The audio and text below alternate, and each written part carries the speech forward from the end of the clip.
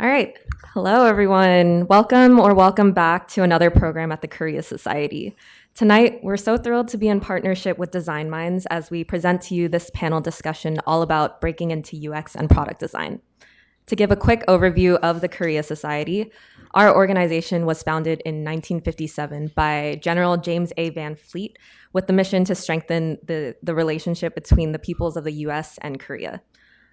We offer a really diverse range of programs and services. Whether your interest in Korea may be related to arts and culture, policy, education, and language learning, business, or just finding a community of people with similar interests. So my name is Stephanie Huang, and I work on the development team at the Korea Society. So our department handles membership and fundraising. We organize our big special events throughout the year, and we also host programs like Tonight's for networking and professional development. So feel free to reach out to me after today's program if you have any questions or want to learn more about our work. So today, I'm really honored to be joined by our speakers today. We have, in order, Ji-Hoon Seo, Kayla Park, Eunju Lim, Yuri Ha, and our partner, Eunji Jung, all incredibly talented and accomplished professionals in the design field. So we're so fortunate to have our mentors here tonight to offer insights from their rich backgrounds of experience. And I hope everyone viewing here and virtually will be able to take something from this discussion to bring into your own lives. So thank you all for joining us tonight, and I'm going to turn it over to Christine to introduce our partner organization, Design Minds.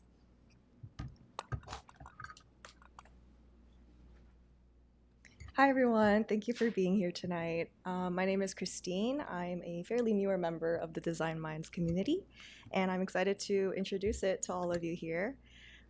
So Design Minds is a virtual community for growth-oriented designers at any career stage. We believe our lives and careers are experiences that we can actively design and shape. Through community support and mentorship, we dream, plan, and take action to bring our career visions to life. At its core, Design Minds embraces the concept of community-raised designers.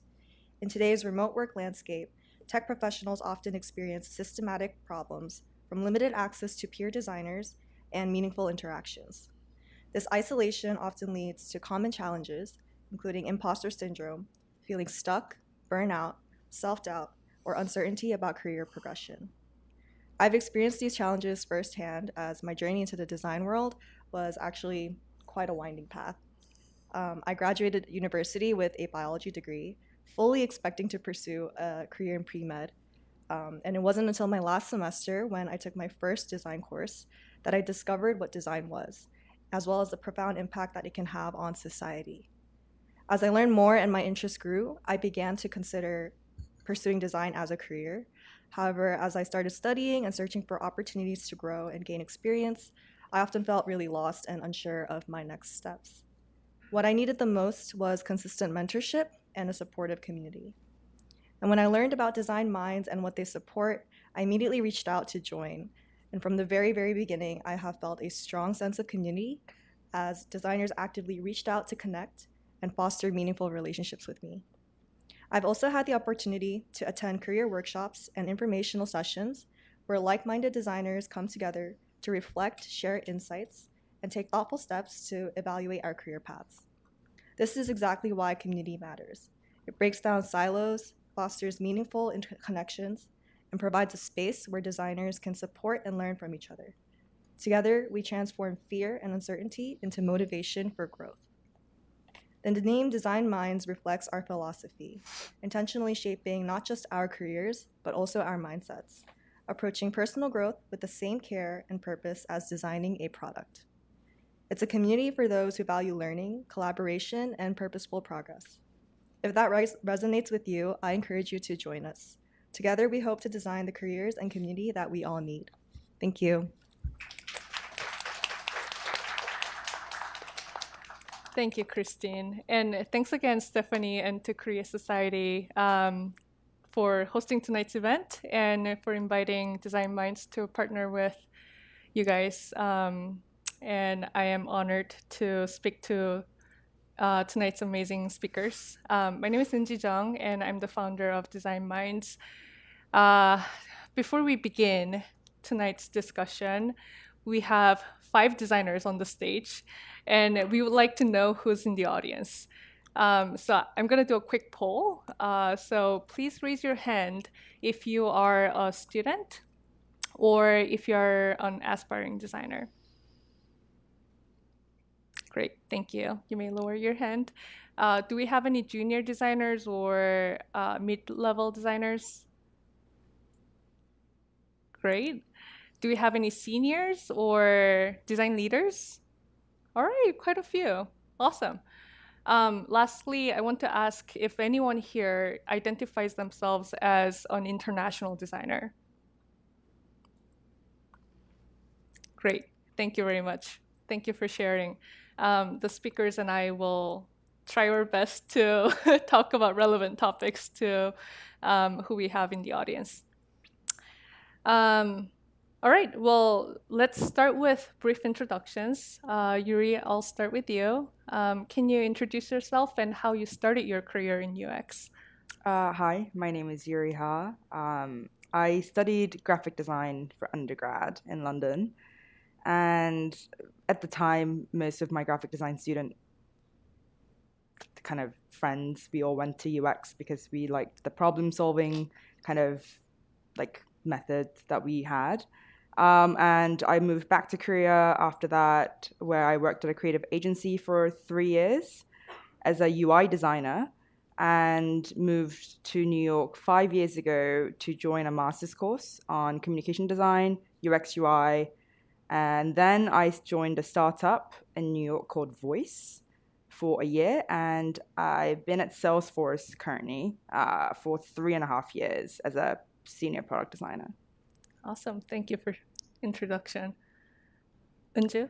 Yeah, hi everyone. Thanks for coming here and thanks for having me here. It's so honored and great to be here. Unju, also known as EJ at work. I am a UX designer at Google. Now it has been a bit over 2 years working based out of the New York office as a UX designer. And prior to this, I was a grad student at University of Washington studying human-centered design and engineering. And while pursuing my master's degree there, I got a chance to do a UX design internship at Google, which led me to continue my career journey until now. And before that, I was in Korea. I initially studied visual communication design and product design at college. And after graduation, I was working in a small design studio in Seoul, Korea. And then I was like, oh, I want to learn more about UX design, and that kind of led me to come to the US to pursue my master's degree. Yep. All right, Kayla. Hi everyone, I'm Kayla Park. I'm currently a senior product designer at Instagram/Meta. I've been working at Meta for about 3.5 years. Before that, I was a interaction designer at Microsoft. At the same time, I was a grad student at the same program. Actually, we went to three of us, the same school, which was University of Washington, Seattle. The name of the program was Human Computer Design Engineering. Before that, I was in actually Korea and was in a different, discipline. Like I was a sales/marketing person at SAP. And then I made a career transition. So I saw a lot of virtual questions were around like, how do I make a career transition? So hopefully later today, I'll be able to answer to some of those questions and, share my experience. For undergrads, I actually studied international relations and business administration, which was pretty different. So it was actually later on, while I was working in Korea, when I had a different kind of job that made me realize that was not my thing. And then made a career transition by going to grad school in the United States. So I'll get to that part later, and thanks for coming. Awesome. Jihyun? My name is Jihyun. Nice to meet you guys. I studied industrial design for undergrad at an engineering school in South Korea. Worked on a couple of startups, and think working at startup was really helpful because that's when I actually got to do some of the actual like app designs and webs. This is like I think 2011, so with Photoshop, and got really excited. So since then, kind of been working at startups while I was at school, and then I went to grad school, and then I joined Meta, worked there for a bit, and then now currently a design lead at Coinbase. Yeah. Awesome. Thank you. Well, so it sounds like all of you started your career in South Korea and then moved over to the States, which is a huge change, right? I think that's also a big decision that you guys made. And obviously, you made that transition very successfully. That's why you are here tonight. I want to hear some of the pivotal moments or key decisions that you made in your career that made you who you are today. Does anyone wants to jump in and answer that? Share about your story. All right, Kayla. Wait, Yeah. me? Pivotal moment. It's really hard to pinpoint out just like one single moment, but if I had to, so starts with a long sigh. But I think it has to be when I was at SAP. So going back to that story, I was an account executive, which was a sales role at SAP Korea. And not before I joined the company newly, I was very fortunate to be sent to the United States as part of their training. So I was located in San Ramon and like Palo Alto offices, which were in like the Silicon Valley area, quote unquote. So even though I was there as a salesperson, I got to interact with tons of people who were based there, and then a lot of them were coming from these different disciplines such as UX design, UX research, engineers, product manager, etc. Because for those of you who don't know SAP, it's an enterprise company. So basically we make software. So that's the most important job at the company. So while I was making friends with them as a salesperson, I learned about a lot of different jobs at this company. And I came across UX design. Specifically one UX designer, a female Korean designer, who later I found out that she actually went to the same school, same program in Korea. So she also studied international relations as an undergrad in Korea, in Seoul, and then now she was working as a product designer at SAP. And at the time, I wasn't really finding a lot of passion about my job, sales. And then UX design seemed much more interesting. And then I didn't have any design experience, nor did I have any like art background. So I asked her like, how did you get there? And then like she shared all her pro tips. And I think that was really the pivotal moment because, when thinking about your dreams, I think there are two things. One is, how passionate you are about your dream. Second is the actual feasibility. Like, how do you get there? Like, financially, technically, logistically, like, can you make that happen? And then for me, I think she's the one who really like taught me about the second part of like realizing your dream. So I got to learn about the practical steps to like become a UX designer, which opened up the new door for me. And now I'm here as a product designer in the United States. Thank you for sharing. Inju, do you want to talk about your pivotal moments? Yeah. So I started my career journey as a designer, so it's not like dramatic as Kayla's, but I thought I'd be a visual designer actually, because like I was studying visual communication design at college, and I was pretty committed. I was a student, assistant in that visual design lab that my professor was leading, and there were like local clients, like local businesses, government, sub institutions wanting us to create like visual design artifacts, and like it was fun creating, posters, logos, like, digital artifacts. So I thought I'd be a visual designer after graduation. And during my senior year, I took this course called service design. And it was when I was first introduced by this concept of UX design. And it was mind blowing. I mean, I immediately felt that it's a better fit for me. Um, so yeah, it was a bit late though because I was already in my senior year, and I didn't know a lot about UX design back then. So what I did was like after graduation, I took like online and offline courses to first gather those knowledge. So I just wanted to master this UX fundamentals so that I know about this first, and then I got a job uh, as a UX designer. So I mean, looking back, I think that was a pivotal moment because at least from visual designer to UX designer, it was a big shift.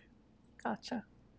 Well, Yuri, during our initial conversation a few weeks ago, you mentioned to me that when you moved to the States, your work experience in Korea didn't really count. Can you tell us a little bit about what that was like and how you navigated to prove yourself? So, as I mentioned before, I studied masters in New York, and when I graduated, it was 2020 May, which was like 2 months into pandemic, and I was interviewing with various companies, and I worked in Korea for about 3 years at an agency where I worked like with big clients like Samsung, LG, Hyundai, which were pretty big names, also like quite global names that everyone would kind of recognize.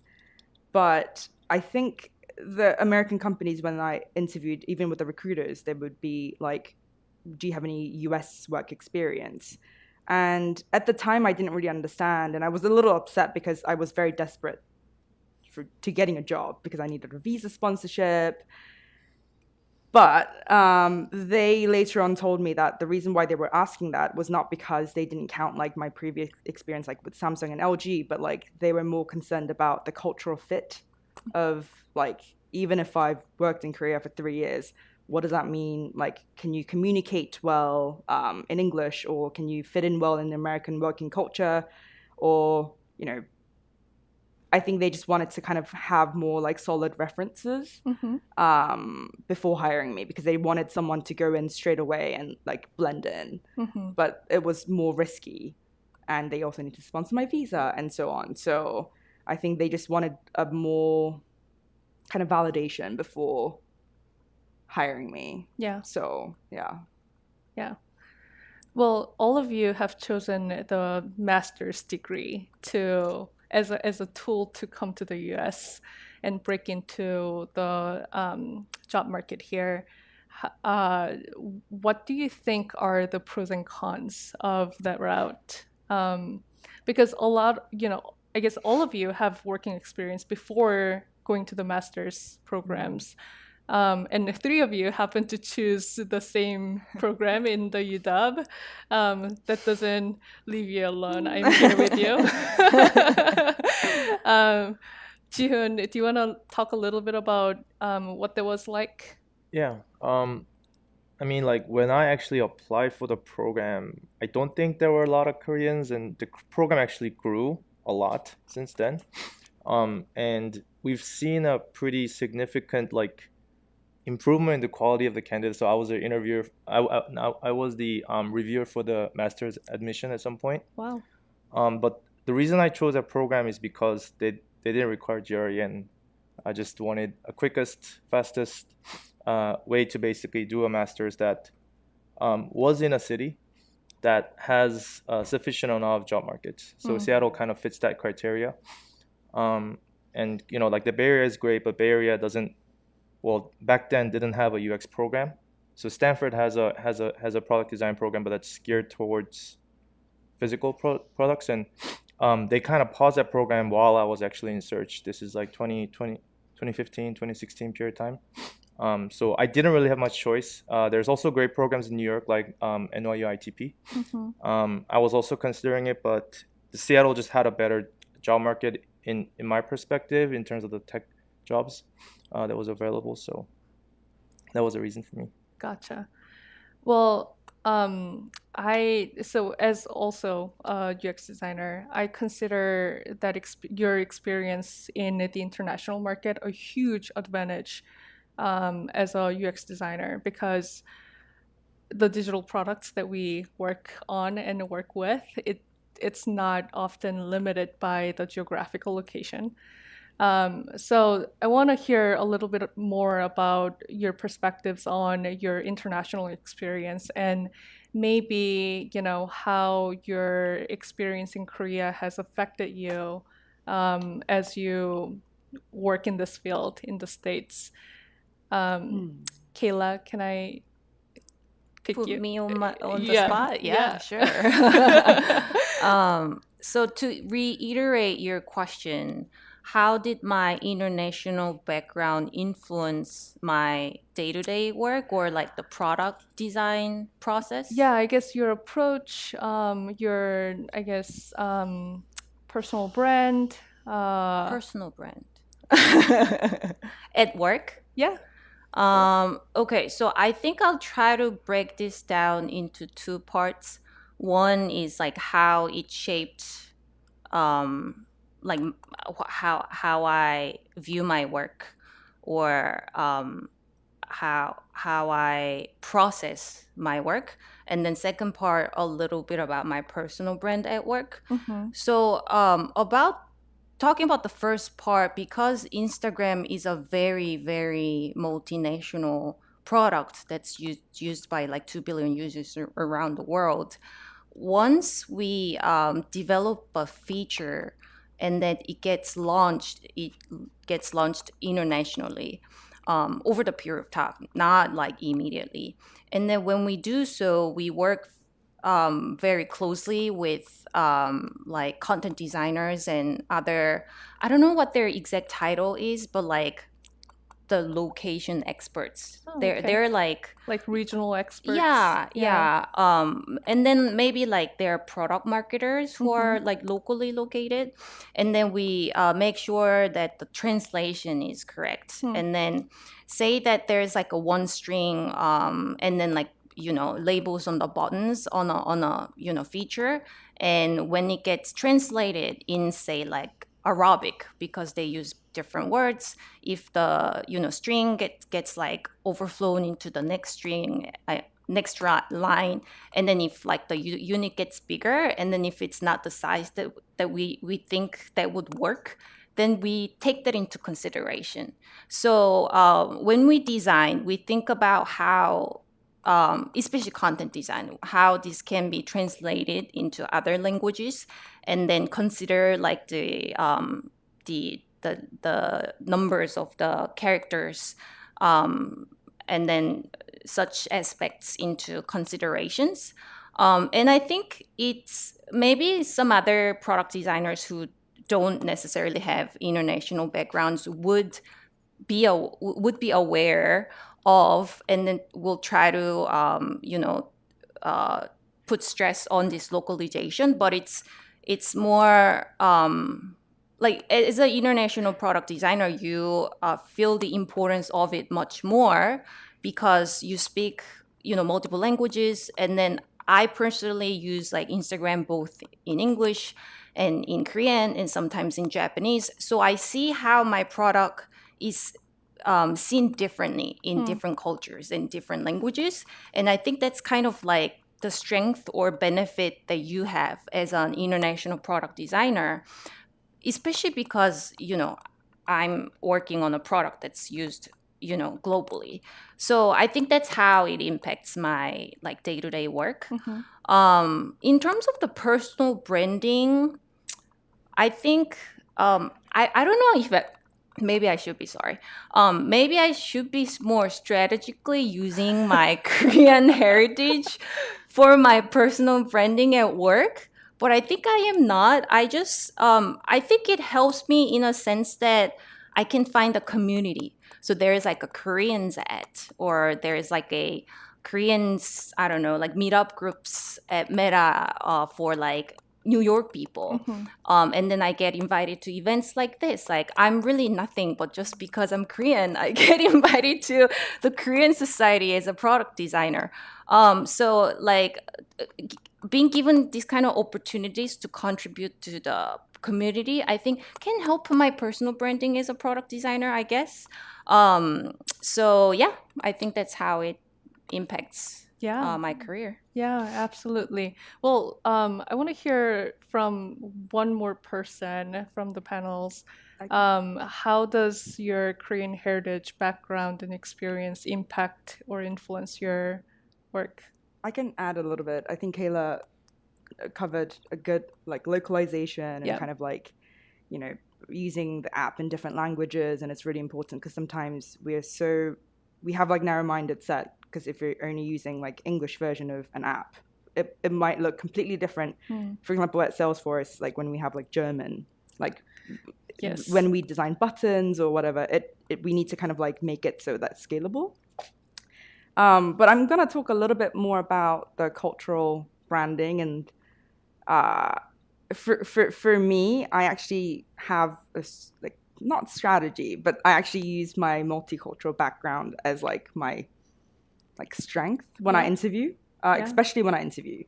At the beginning of the interviews, you know, you present your work, usually like 2 to 3 case studies. And the first 5 minutes, I always talk about like my background. And I'm originally from Korea. I grew up half in the UK and half in Korea.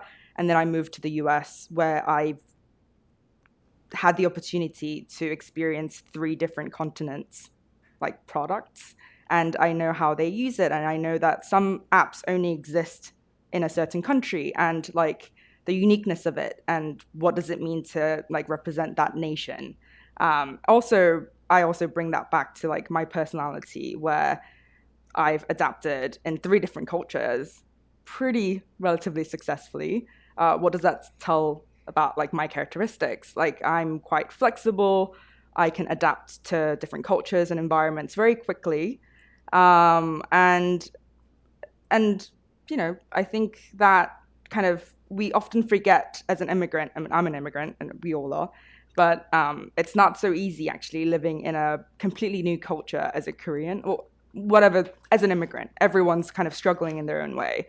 And I think we kind of sometimes undervalue that, but I think it's something that we should be proud of, and something that we can actually present it as a strength, that we came out of our comfort zone to be here and we made it. So I think, yeah, I use that as a strength. Yeah, I cannot agree more. All right, well, we've been talking about our background and the career journey so far. I want to hear a little bit more about your current role. Unju, I'm going to pick on you. Can you describe your key responsibilities at work as a interaction designer at Google? And maybe, you know, what's your typical day-to-day look like at work? Yeah, good question. So I'm on Google Ads team. So I create UX for the leading advertising digital products to help our target users to, you know, really benefit from our product using UX. And my day-to-day job, I attend a couple meetings. And usually I'm the only UX advocate in the meeting. There are a lot of engineers, product managers, and some other roles. So I do a lot of discussions, share like UX perspectives, things like that. And outside of the meetings, I do like hands-on Figma work, like do mocks iteration based on the feedback. Maybe, you know, also create like component libraries on my product, like help building principles, frameworks, and bug bashing, fix UX bugs, things like that. Awesome. Thank you for sharing that. Jihoon, you're a staff designer at Coinbase. What does your day-to-day look like compared to Unju's? And and Yeah. maybe like if you can add on to, like how your responsibilities evolved over, your career growth, that will be awesome. I also push pixels, so pixel pushing is like a main job for sure. A lot of meetings, but I think my main role is driving alignment, and then setting up new projects. So a lot of the 0 to 1, I get pulled into random projects from time to time, and it's just like setting up vision. So any kind of like app redesigns, I get pulled in, work with a couple people, work with our stakeholders, figure stuff out, get alignment, and then delegate, and then move on to the next project. So it's more about, I think, the pixel pushing is still there, but less on the feature work. And I spend more time, I think, just thinking about the product strategy, and then driving alignment with other teams, and then helping with hiring. We have like, I think, 10 different roles open right now for designers. Ooh. So helping with hiring, and yeah, like writing docs, making slides, making prototypes for our leadership people, going to random meetings for the marketing, for our branding stuff, kind of like all over the place. But it's fun. I think it's fun. So the main priority as a designer, as an advocate of UX, is really important. And your visual skills and your like interaction design skills, product thinking, it's gonna, I think, plateau when you hit a certain point. And then afterwards, it's really about alignment, stakeholders, influence over into other functions like data science, design, product management, and then engineering. And so yeah, a lot of communication, I think. And so kind of like as a senior IC person, it's kind of like wearing multiple hats. And then like there's no more like career expectations. Like when you ask about performances, they're like, yeah, you're doing a good job, but then there's no real like concrete idea of like what you're supposed to do. And so you're being tasked to actually figure out what you want to work on, and then being able to pitch it upwards. And then like, yeah, like for example, like last half I worked on something, and then we got 5 more engineering headcount because I was able to convince the team that we need to do this, for example. So it's creating these like opportunities for the product. Yeah, I guess that's a bunch of random stuff. Yeah, great information. I want to yell out like, that's it, but yeah. Well, you talked about 10 different design roles open at Coinbase right now. As we all know, the job market for UX is pretty saturated. And whenever I talk to designers who are in the job market looking for a job, I get this question a lot, like very, very often, like, how do I stand out from the crowd? And I want to ask you, how did you stand out? And what do you use in you to get recognition and stand out from the crowd? Yuri. Having a good portfolio, it's definitely a must. That's just no brainer, right? Having a very simple and direct, straightforward. I often see because I graduated from Parsons, and I still kind of connect with some of the current students and like recent grads. And when I review their portfolios, oftentimes, because they have done so much research, they want to put in like all the aspects that has impacted their decision-making process, and they want to pack it all in. But usually people who are reviewing portfolios, they look at your like website, maybe like a minute or two, and just see like, oh, is this worth like digging deeper? Or So I always recommend keep it really kind of like high level at the beginning on your first page. And if you want to include all the hard work that you've done, like add a separate page so that if the person wants to dig in deeper, they can, but like don't overwhelm them by just presenting all of your work all at once. Because I think understanding the context as soon as possible is very important, and knowing the visual skills. On top of that, what I did to kind of stand out from amongst other UX designers, and I want everyone to kind of find their own like ways of doing this, but I was thinking like, what is my strength? And I would consider myself as an extrovert. So I like meeting new people. I like, connecting, like growing my network. And I ended up just reaching out to as many people as possible. And quality over quantity. I just DM'd a bunch of people on LinkedIn. But I tailored all my messages to them. So I've done like some research, like, oh, this person has done this past project. And I would kind of find like a one or two memorable like aspect of it. And I would put that in the DM, like, hey, like, Anju, like I saw your work that you've done in Google Ads. This part was really inspiring. I would love to talk to you more about it, or things like that. And they're a lot more open to actually like carving out of their time and actually speak to you. And that's how I got my current Salesforce job. It was I DM'd one of the people, and when there was an opening, he kind of referred me, and that was it. So I would really highly recommend just networking and making some really quality relationships, not just like when you copy and paste, it's very obvious. Yes. So just find your own voice and find a way to connect with people and make meaningful relationships and go from there. I think for me that worked, but I don't know, for some people that might not be the case. If you're like an introvert, maybe I'm spitballing here, but you can like maybe create like your own blog, or like post more of your projects on LinkedIn or design community. Like find your own way. I'm not saying like my way is the right way, but I think just putting yourself out there, it's important. So be loud.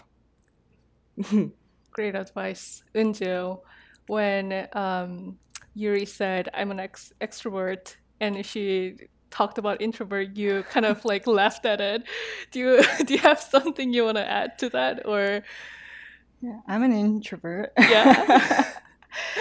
So when I first come to the US too and finding a job, it was so hard for me to reach out. Like simply, I remember like the time when I first had to send a cold message, and it was just so hard because I was not used to it.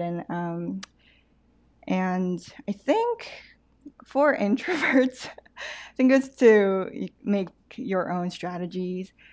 For me, I think I was thinking about, when you get a chance for like an interview, I think it's good to have those strategies. Like first, for example, when I was interviewing for a Google internship, I knew it was under ads, like Google Analytics. But, I didn't know anything about analytics then. So like few days before that interview, I took like LinkedIn crash course to learn about those terminologies, get to know about how it works, the concepts, and it really helped me a lot. So I would say, when talking, when you get a chance to do that kind of interview, really get to know about that product. Is it a like web interface, like mobile, or is it do you know that there is a specific domain like Google Ads or Analytics? It's good to know those kind of concepts ahead so that you can prepare, and it's really helpful. And another thing is, like it's hard, but I have to reach out. At the end of the day, that's the culture. So I think it's important to start reaching out. I think the easiest way for me at least was to start reaching out to your college or grad school friends or alumni. At least you have that connections to start with. So for me, I we all went to the same program, so I got huge help from those two, Kayla and June, when I was first finding a job. So it's good to start reaching out to your like small circle, and then start to expand your communities to find people. That's a great advice.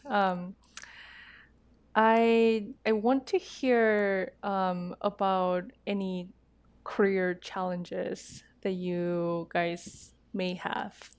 I don't know if you do, but we've been talking a lot about what you do, what you're responsible for, what you like about UX, but it could be, as an international designer, or it could be just as an individual. What type of challenges do you face in your career? I think one thing that I see in the industry is that product design, as a discipline and as an industry has grown.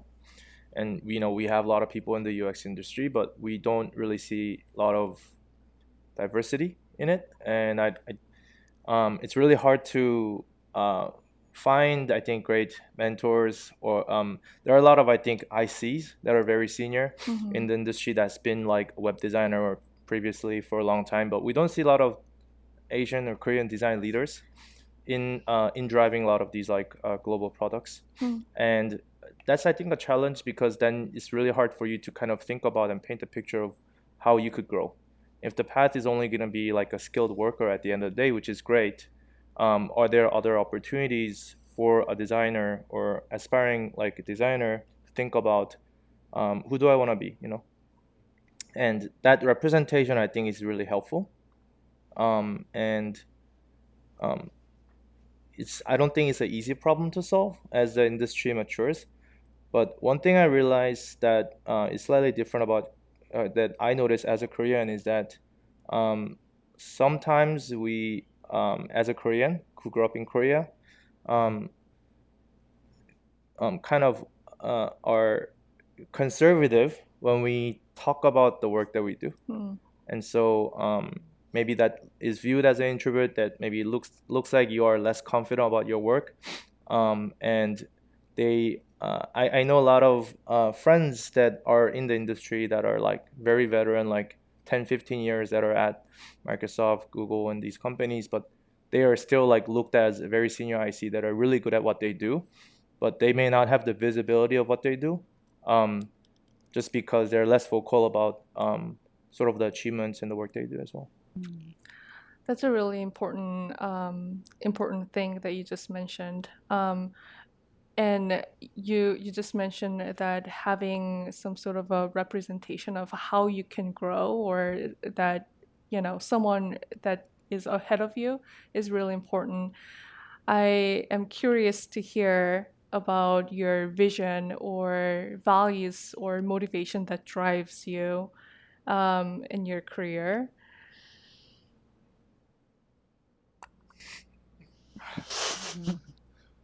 If you have any. I'm trying to think. Motivation. Do you have any career vision, Xion? I think like the goal that I always tell people when people ask me anything about like what is your career goal is, I think it's more of like a state of mind. So I want to work on something that I'm proud of. And so it's not like hitting a mark and then say I'm done, or like it's not saying, hey, I want to hit this level, I want to go to this company, I want to work in this team, I want to do this and that. It's more about set of mentality, and just like that kind of keeps me in a position that I'm like proud of. Yeah. So it's gonna be a continuous thing, 10 years, 20 years, 30 years down the road. If I'm still like working in this industry, like, am I proud of the work that I'm doing? Is the environment good enough for where I can achieve that with the people? Am I as like as a designer good enough to actually achieve that? Is something I just want to think about. Yeah. Gotcha. Kayla, do you have anything you want to share? I think when I look at the career or like values or motivations, the first word that comes to me is growth. Out of a lot of values, I think growth is what really drives me. So if I don't find growth in the product area that I'm working on, I would find new adventures, new challenges, and move on. If I feel like I'm not, growing in my level, I would bring that up to my manager and then try to expand my scope. So I think growth is really the most important value for me. In terms of like career vision, I agree a lot with what Jihoon just said. On top of that, and this might not be the answer that you were looking for. I don't even know that I'm going to be UX designer forever. I think now that we live until like who knows, like 100 years old or like 120 years old, like freaking old, we don't know if we would just have one career for the rest of our lives. I think it might make more sense that, maybe when I reach like 50 and I'm like, okay, I think I'm done with UX design and I'm gonna try something else. Or like as we humans are like organic creatures, I think we grow and our environment changes, and then there are so many factors that influence our vision. So I think one, like I think there can be multiple careers. Two, it can be ever changing. So at the moment, if somebody asks me what my career vision is, actually I've developed some other interests that have expanded from just UX design to other creative fields, such as like interior styling, floral styling, and then prop styling. Because I didn't want to be confined by just the digital space, and then wanted to expand my creativity to the actual tangible and physical space where I can still use the transferable skills. So I hope you really like tap into your like desires, right? Like don't just, when you think about your career, don't make it be like, oh, like when do I get promotion? Like, do I want to be a director at like Meta? Like try to, you know, what's the word? Go beyond the boundaries. So yeah, that's one advice coming from me. Yeah. Sadly, we've reached our last question. One thing that stood out to me during tonight's conversation is that you all have taken actions to get here. You made hard decisions, but also you've taken the necessary steps to come this far and make the successes that you've been experiencing and will continue to experience. I want to ask you to give one advice, one actionable advice to the audience so that they can go home tonight and start doing tomorrow or even tonight to make things happen for themselves. We'll start with you, Yuri, and then move over to June. I have I'm assuming also the majority of people who are listening to this are kind of like recent grads ish, no? Who knows? Or like who are like more actively looking for jobs? Yes, no? Yes, okay. If I could go back in time and to 2020, like 2 months into the pandemic, and I graduated from master's course, I was very stressed for 3-4 months until I got my first job at a startup. And I know that this may sound, because now I have a job, like, oh, like, it doesn't worry you anymore. But one thing that I always tell people, like recent grads or students that I speak to, is just really try to pace it out. And like, I think the more relaxed you are and the more yourself you are, it's more likely that you're going to perform the best at interviews or when you make connections. And I'm not saying like you're obviously going to be desperate. I was desperate. But I think it's really important to look after yourself when you're going through like 5-6 interviews a week or like within like a month. Just take 1 week of break and just like kind of recenter yourself. And just when I was going through, I don't want to take too much time, but I took like 1 or 2 days off, and I didn't send any, direct messages. I just ate the cakes that I wanted to eat.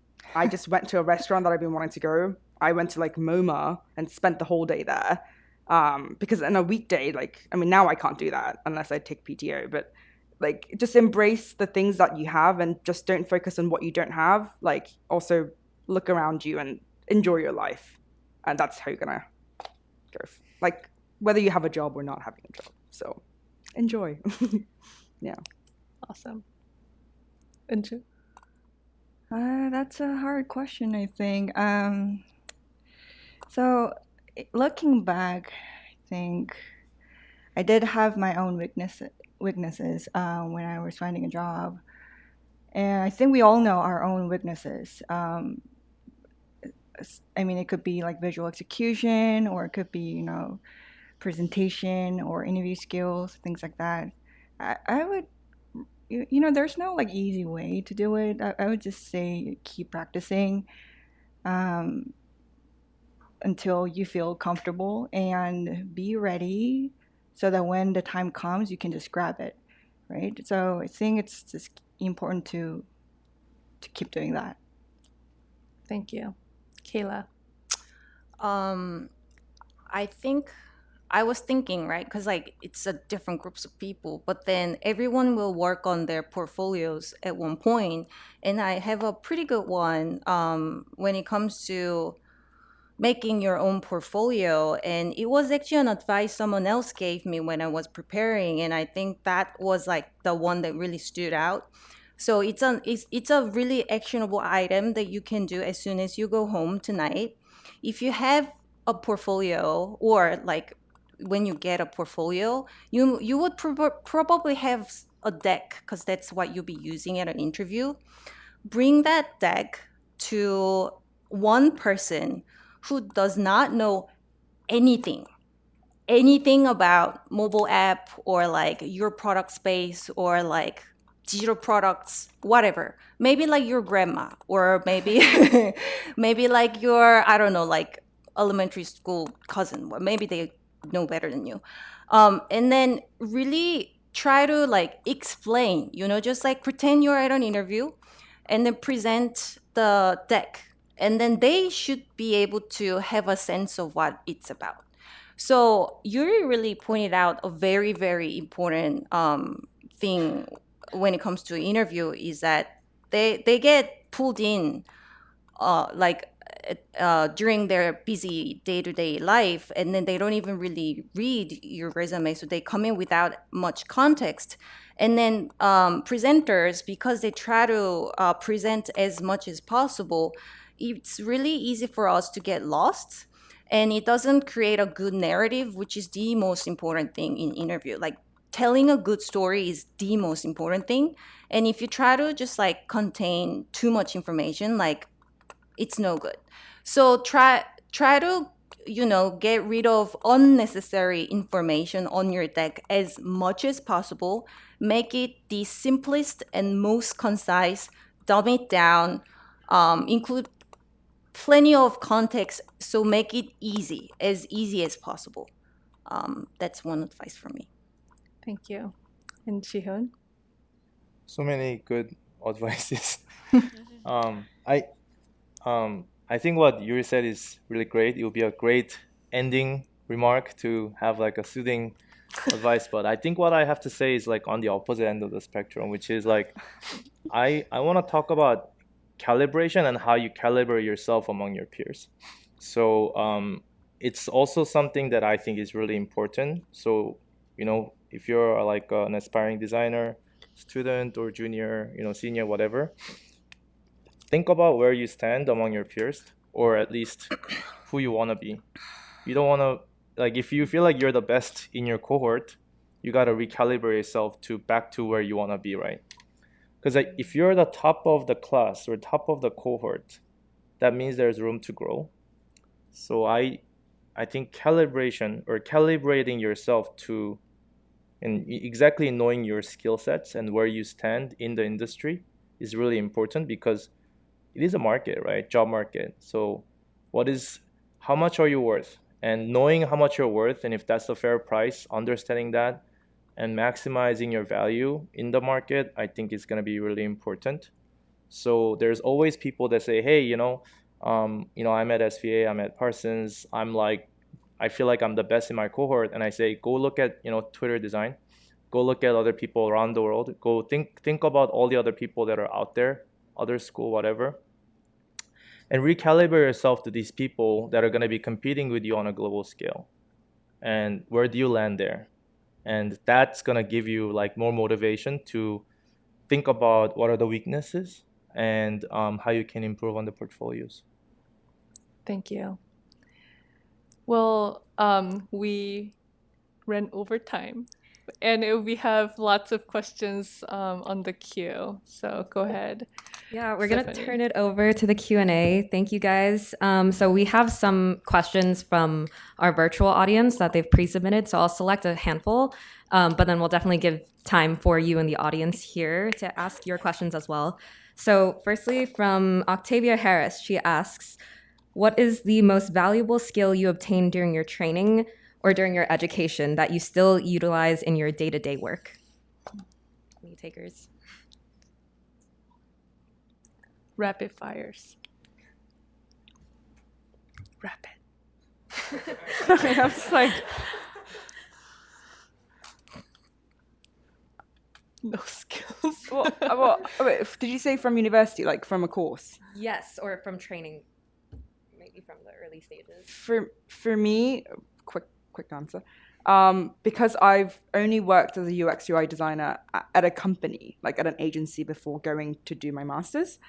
I've never worked on like my personal projects, but like in universities, you work on your own project. You come up with your own topic, and that's something that I've learned, like how to find a problem that you want to solve in your life, and being really passionate how to solve that with the product design.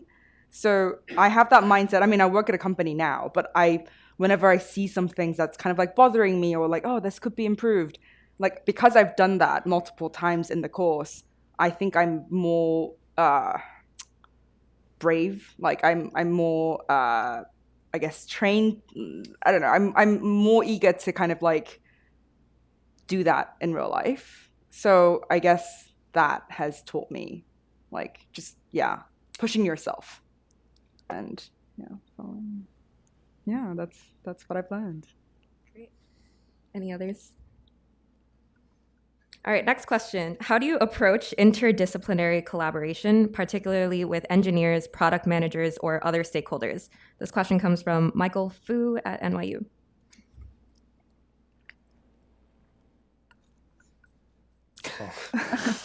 Go out, drink with them, have fun.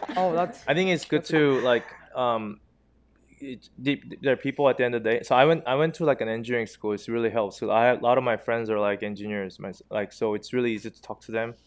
I think you just gotta be in sync. So I like going to office even though our company is fully remote. Build rapport, talk to them, because like the goal at the end of the day for all the function is to make money for the company, right? So we're all trying to do our own job. There's constraints, and how we're measured on success is a little bit different.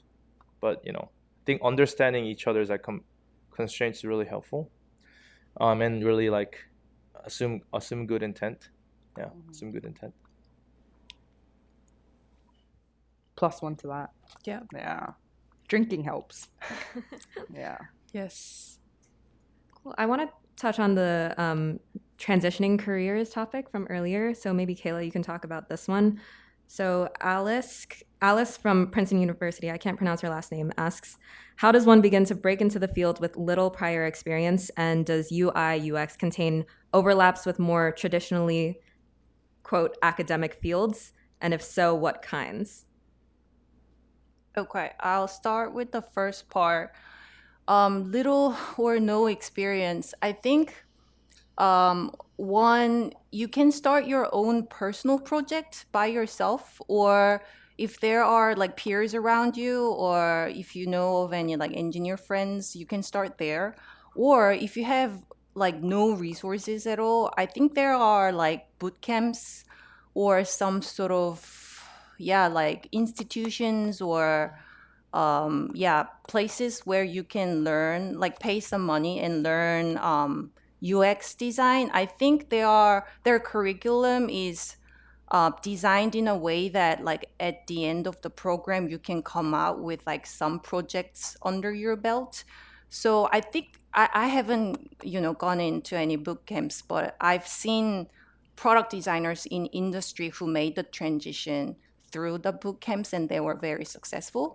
So look into those. But again, I think personal project is really where you gotta start. You gotta learn, you know, how to use Figma and then what the industry standards look like when it comes to like design process, and then what the collaboration, you know, looks like with engineers and product managers.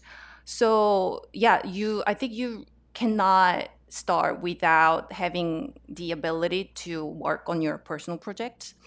And then what was the second part of the question? Does UI? Oh, Yeah. academic.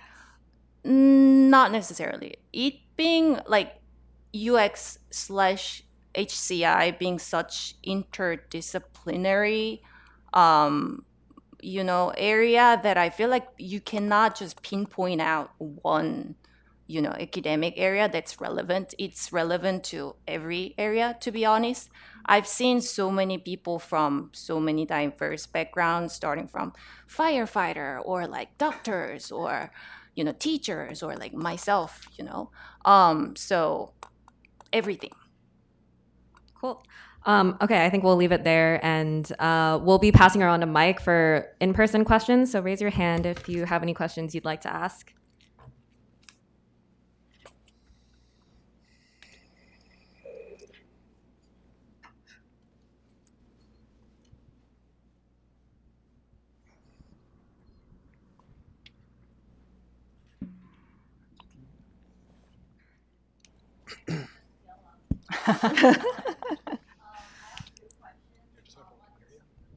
One's about the general hiring market, like the job market, and one's about the portfolio.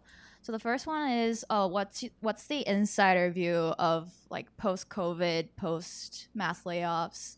What do you think companies look for more than before? If you feel like the hiring trends has changed. And another question about the portfolio is, Kayla, you mentioned that you should dumb it down as most as you can and you need to provide a lot of context. Do you think like it should be more visually or like a lot of text, because a lot of text then like translates into like it being more readable? Like you have to pay attention to that. Yeah. Do you want to take the recruiting one? Oh, okay. I don't really I don't interview juniors these days, but I think what's changed. I don't think there's any change, honestly, between COVID and pre-COVID and now. What I do think is really important for junior designers for interview is that there is a hope and glimpse of improvement, and that this person is going to grow as a really great designer. So seeing that potential, I think, is really helpful. No one's going to be perfect, you know, out of college, but seeing that intellectual curiosity, and how fast that person was able to drive their own projects on their own and grow, I think, has been key factor, at least my experience being interviewed at Meta and Coinbase. I don't think I can really answer to the first question because I don't know what the pre-COVID market looked like. To answer to your second question, 100%, it has to be visual. So if you're like questioning, oh, like how do I add this context visually, then you really have to think about it. Like, of course, there's gotta be a way to explain things in a visual way, and it always has to be a visual way. I'm just gonna be like, maybe different people think differently, but I'm just gonna be a extreme here and then say like if there's less text, the better. Since I know all of you guys are international, was there any like challenges you guys faced as an international hire, or was it more competitive for you guys to get your visa through like getting hired into companies? Can you guys talk about that?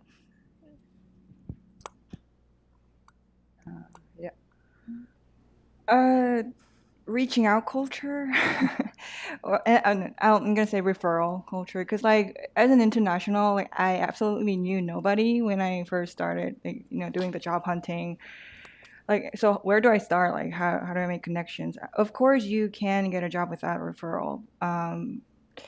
But yeah, it's good to have those networking connections, like, and it's kind of awkward. I mean, at least for me, it's to just ping random person to get a referral. So I think one easy way is to, when you reach out, maybe ask for like feedback for your resume, get feedback for a portfolio. That's a good start. So yeah, that's one for me. I think for me, the cultural, when I was interviewing, and especially when I first started like working at an American company, I think the difference was kind of, as a Korean person, like you kind of learn at a young age that you need to be modest, and you kind of need to, don't show off too much, and that's in our culture, right? And I realized in America, it's not about all bluffing, but it's a lot about like, oh, I've done this and that, and like, and I think Jihoon mentioned this before, and like, even if you're really good at your job, you're very like your technical skills are like top notch, but if you don't know how to present your work in a way that like people would understand, or like storytelling is super important, and just don't undervalue what you bring to the table. Everyone has their own unique like talents that they bring, whether you're a junior or a senior. So as a Korean, I wish I knew at the beginning when I first joined to kind of present myself in a more confident manner, and not be so shy about all the accomplishments that I've done so far. So yeah, I think that was something that I've learned. So like just to add to that, like when, because I don't know if the point got crossed, but it's really about like, yeah, presenting and like communication. Because like I'm trying to think about an analogy here. I don't know if this is a great one, but if you go to like a sit down restaurant, you go to like, I don't know, just a restaurant here, and you order like, let's say you order the tofu soup, it'll just say tofu soup. But when you go to like a nice restaurant, fine dining restaurant, they'll say like, oh, grass fed beef, this, all that, and then they'll just tell you every single ingredient there. I think that most of the Koreans, basically like maybe they under deliver in terms of the communication, say, hey, just here's a soup, versus there's other people out there that are able to really like paint a picture on what this is. It's not about exaggeration, but I think it's about like how do you present it, because if everyone else is presenting it that way, you look like a person who's really not caring about the storytelling aspect. Yeah.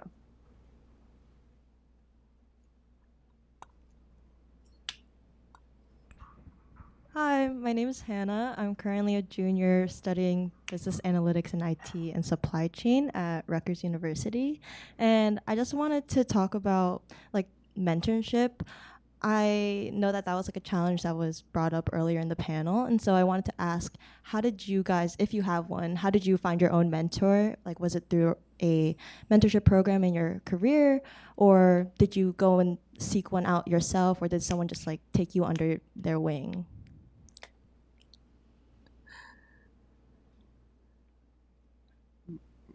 My mentor is someone that I've met through my graduation course, and I think I was very lucky to have met like my course leaders at Parsons, and both Brendan and Adam, shout out to Brendan and Adam, they've always taught me how to be like very design centric, and they have their own studios where I think when you own your own thing, you have like a wider perspective of things. And they've always told me how to navigate through ambiguity, and how to, stay as a designer, how to be trendy, and the job markets, because that's what they've already gone through. So I've learned a lot through that. So I don't know if my answer really helps you out in that sense, because they taught me and I clicked with them and it worked out. And then after, when I graduated, I needed new mentors who were actually in the field. And that kind of goes back to my earlier point where I was just looking for the companies that I wanted to work for. And I just DM'd a very small number of people and like tailored messages. And once they replied, once I got like one-on-one time with them, of course, like they need to like me as well. But once they did, that kind of evolved naturally into mentorship. So I'm still in very good contact with majority of people that I've reached out at that time. So yeah, I would say just be proactive and find, yeah. But knowing yourself is the first step. I want to plus one to this because like I had like multiple mentors throughout my career journey, and I think what's important is actually know where you are at and what your weaknesses are that you want to get out of from your mentors. Like knowing that is like critical so that you get to, you know, really use your time efficiently and their time efficiently. So let's say right now you think, you know, you want to improve your portfolio, like deck portfolio specifically, then maybe you could talk a bit, you know, more about deck presentation with a couple mentors, and that specifically improve your skills. And then in the next phase, it could be something else, and then it could be something else afterwards. So I think you really have to think about what you want to improve at that specific moment and who you want to talk to.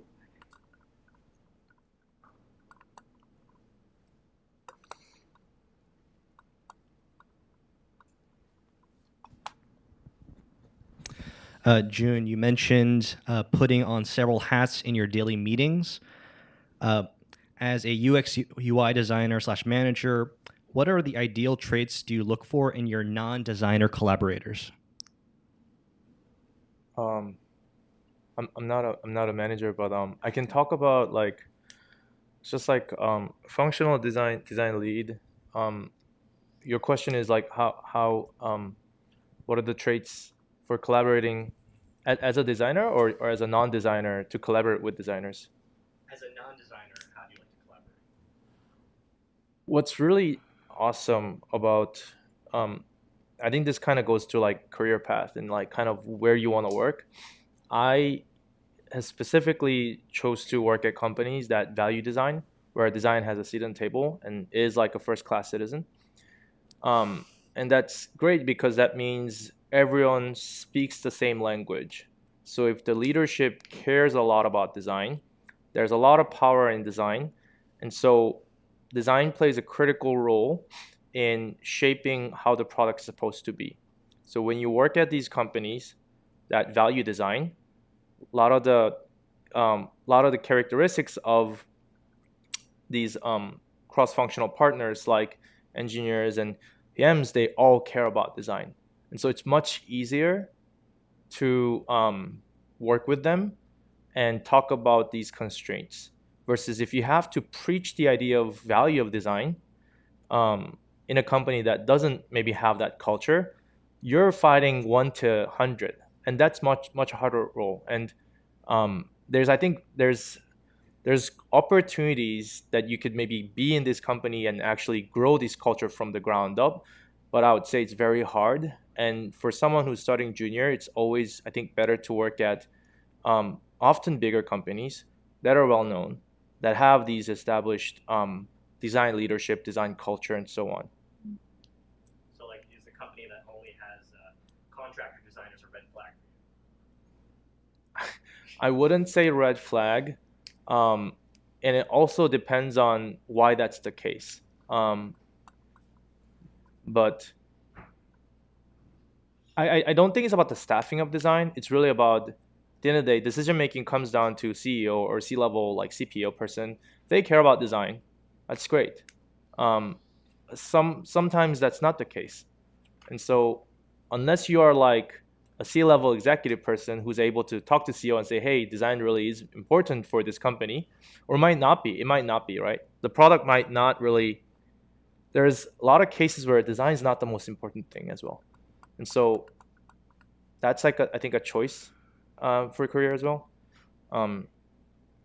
But I think I thrived in that environment. I think a lot of designers like to work in an environment where design is valued. Great. Yeah, let's leave it as that's our last question for the night. Can we give it up for our speakers?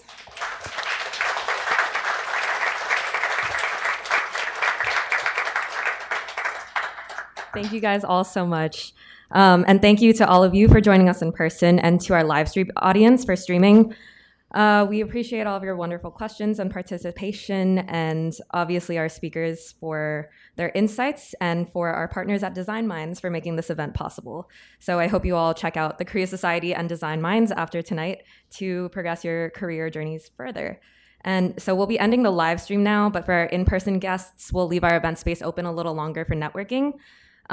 Please go ahead and feel free to grab food and drinks in the back of the room and enjoy the rest of your night. Thank you.